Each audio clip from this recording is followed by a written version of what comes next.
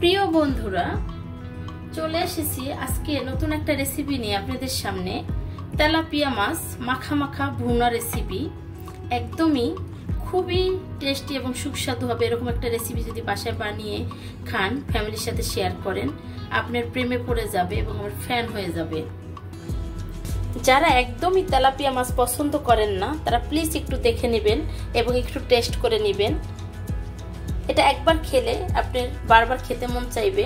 এরকম রেসিপি বাসায় বানিয়ে অবশ্যই ফ্যামিলির সাথে শেয়ার করবেন।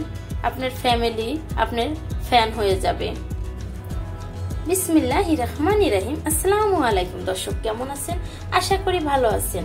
আমিও ভালো আছি। দেশ ও দেশের বাইরের থেকে যারাই আমার এই ভিডিওটা দেখতেছেন তাদেরকে আমার রান্নাঘরে স্বাগত। আজকে দেখাবো তেলাপিয়া মাছের ভুনা রেসিপি। আমার রেসিপি যদি ভালো লেগে থাকে লাইক কমেন্ট শেয়ার করবেন, সাবস্ক্রাইব করে দিয়ে আমার পাশে থাকবেন। যে সমস্ত বন্ধুরা ফেসবুক থেকে দেখতেছেন তারা ফলো দিয়ে রাখবেন। এখন পর্যন্ত যারা একটা লাইক দিয়ে ভিডিওটা দেখা শুরু করেন, প্লিজ একটা লাইক দিয়ে দেবেন। চলুন দেখে নেওয়া যাক কি কি উপকরণ লাগতেছে আজকে তেলাপিয়া ভুনা রেসিপিতে। প্রিয় বন্ধুরা, চলে এসেছি মূল পর্বে। এখানে একদম টাটকা ফ্রেশ 4 পিস তেলাপিয়া মাছ নিয়েছি।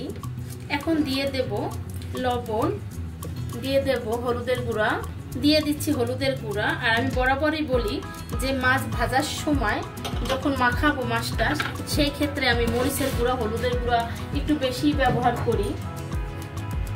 এখন মাছটাকে খুব সুন্দর করে মাখিয়ে নেব, যেহেতু আমি ভেজে নেব। আজকে আমি মাছের বিষয় রেসিপি আর কি যেটা রান্না করব, সেই বিষয়ে আমি আজকে কিছুই বলবো না। আজকে কিছু প্রিয় আপুদের বিষয়ে আমি কথা বলবো, স্টেপ বাই স্টেপ আপনাদেরকে দেখিয়ে দেব এবং আমি কথাগুলো বলবো।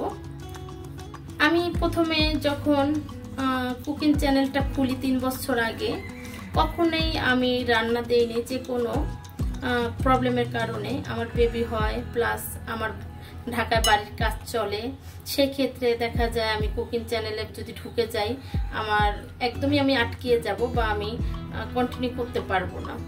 তো তারপরে আর কন্টিনিউ করি নাই, খুলে রেখে দিয়েছি। তো 3 বছর আগে হয়তো বা একটা ভিডিও দিয়ে রাখা হয়েছিল, সেই চ্যানেলটাই আমি এখন আবার নতুন করে স্টার্ট করেছি। তো হঠাৎ করে মনে হইলো কি চ্যানেলটা পড়ে আছে, জাস্ট বাসা উপস্থিত ভাবে যেভাবে আমরা রান্না বান্না করি, হয়তো ডেকোরেশন করি না, হয়ে গেছে ভেবে আমি খুবই আনন্দিত। তো তারপরে ওদের সাথে লাইভে যাওয়া হয়, কথা হয়, প্লাস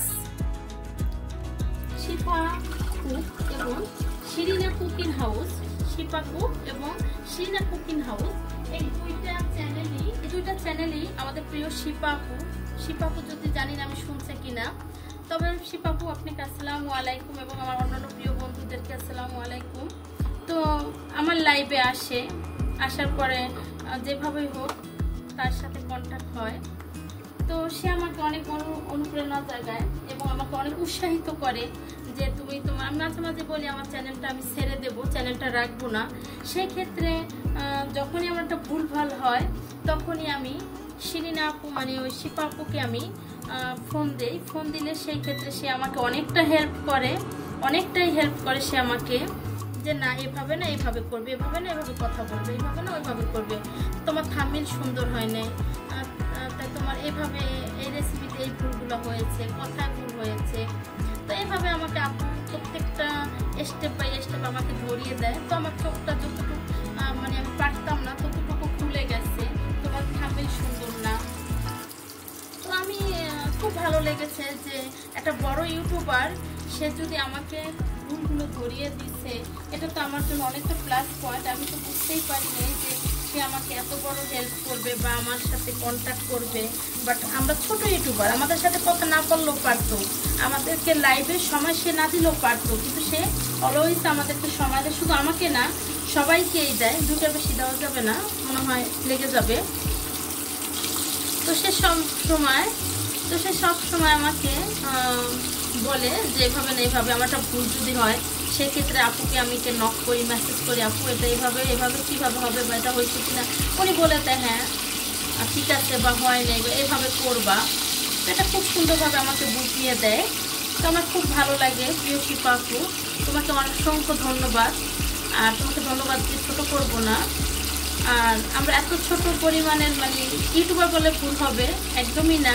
ছোট কেবল একটা খুলে শুরু করেছি, কি বলবো এটাকে, একদমই নতুন। তোমাদের মতো এত বড় ইউটিউবারকে পেয়ে আমি সত্যি খুব ধন্য, খুব ভালো লাগে। এত ভালোবাসা দিয়েছো, বা সামনে আশা করি তোমাদেরকে পাবো, তোমাকে বিশেষ করে তোমাকে পাবো, এবং অন্যান্য বড়দের ইউটিউবার যে আপুরা আছে, ভাইয়ারা আছে, অবশ্যই আমরা ছোট ইউটিউবার যারা আছে আমাদেরকে অবশ্যই হেল্প করবেন, আমাদের ভুলগুলো ধরিয়ে দেবেন এবং আমাদেরকে সহযোগিতা করবেন উপরে ওঠার জন্য। তবে উপরে ওঠার এটা হচ্ছে আল্লাহর ইচ্ছা, আল্লাহ কাকে উঠাবে কাকে নামাবে আমরা কেউই জানি না। তো সুমি আপু, ফারজানা আপু, শম্পা আপু, পরে দেখা হয় আমাদের জাকি আপুর সাথে। অসংখ্য ধন্যবাদ জাকি আপু, বাদ বাকি যে পথ চলাটা আমাদের একসাথে চলা, ভুলভ্রান্তি হলে ধরিয়ে দেওয়া, বুঝিয়ে দেওয়া, তো তোমাকে অনেক অনেক ধন্যবাদ। তারপরে এখন আমাদের অনেক আপুরাই আছে, ব্লগার আপু আছে, বৃত্তি আপু আছে, শারমিন আপু আছে, সেলিনা আপু আছে আমেরিকা, বৃত্তি আপু সৌদি, লিজা আপু, অনেক আপুরা আছে।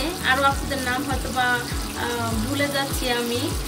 অনেক চ্যানেল, অসংখ্য চ্যানেল আমাকে সাপোর্ট করতেছে, সব আপুদেরকে অসংখ্য ধন্যবাদ, অনেক অনেক ভালোবাসা এতটা সাপোর্ট করার জন্য। তো যদি বলেন যে আমি কি প্রমোট করতেছি, না, একদমই না। আপনাদেরকে প্রমোট করার মতো সেই দুঃসাহস আমার নাই। জাস্ট আমার ভালোবাসার কথাটা আপনাদেরকে জানিয়েছি বা বলতেছি আমার ভালো লাগার থেকে। তো আপনারা এভাবে আমার পাশে থাকবেন, আমাকে এগিয়ে নেবেন, আমি আপনাদের সাথে আসছি। অনেক ইন্ডিয়ান দিদিরা আছে, অনেকটা ভালোবাসে। মাধবী দিদি তো আমার খুব প্রিয় একটা দিদি, খুবই ভালোবাসি তাকে। তো এভাবে করে পাশে থাকবেন, আপনাদের পাশেও আমি আছি।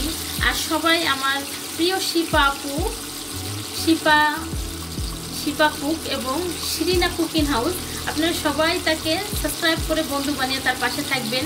তার হাতের রান্না খুবই অতুলনীয় সুন্দর হয়, ক্যামেরা ধরার ধরন এবং ক্যামেরা যেটা করে, মানে ক্যামেরাটা এত সুন্দরভাবে করে, খুবই সুন্দর হয় ক্যামেরাটা করা।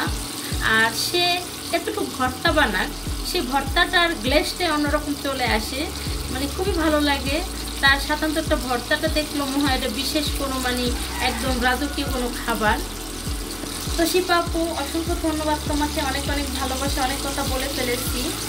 এভাবে আমাদের সাথে থাকবা। আমাদের অনেকগুলো আপুকে তুমি অনেক সাপোর্ট করো এবং অনেক আপুকে তুমি অনেক সাপোর্ট করো আমি দেখি। তো সত্যি তোমাকে অনেক ভালোবাসি। এবং শম্পা আপু, জাকি আপু, ফারজানা আপু, সুমি আপু, লিজা আপু, বৃত্তি আপু, সেলিনা আপু, প্রত্যেকটা আপুকে অনেক অনেক ভালোবাসি। আমাদের একটা হীরা আপু আছে, ওনাকেও অসংখ্য ধন্যবাদ সবাইকে। তেমন কোনো মশলা দেবো না, একদমই ঘরোয়া মশলা দিয়ে তারপর আমি রান্নাটা করব। একটু পানি দিয়ে দেব, খুব সুন্দর করে কষিয়ে নিচ্ছি। এটা যখন তেল উঠে যাবে তখন আমি ঝোলটা দিয়ে দেব। হয়ে গেছে, এখন আমি ঝোল দিয়ে দেব।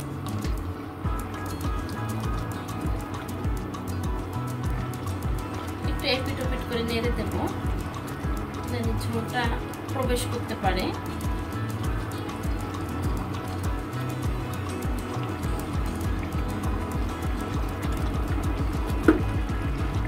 টমেটোটা দিয়ে দিচ্ছি।